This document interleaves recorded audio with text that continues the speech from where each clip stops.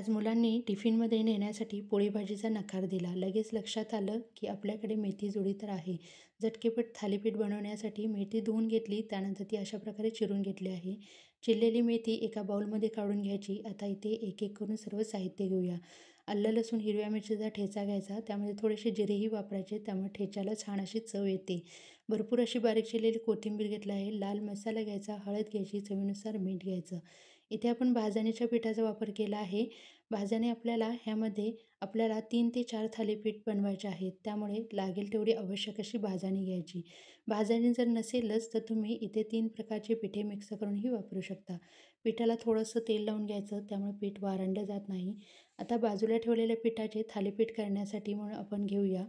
पोळपाट घेतला आहे, त्यावर चौपदरी कापडाची घडी घ्यायची आणि अशा प्रकारे थालीपीठ थापून घ्यायचं आहे.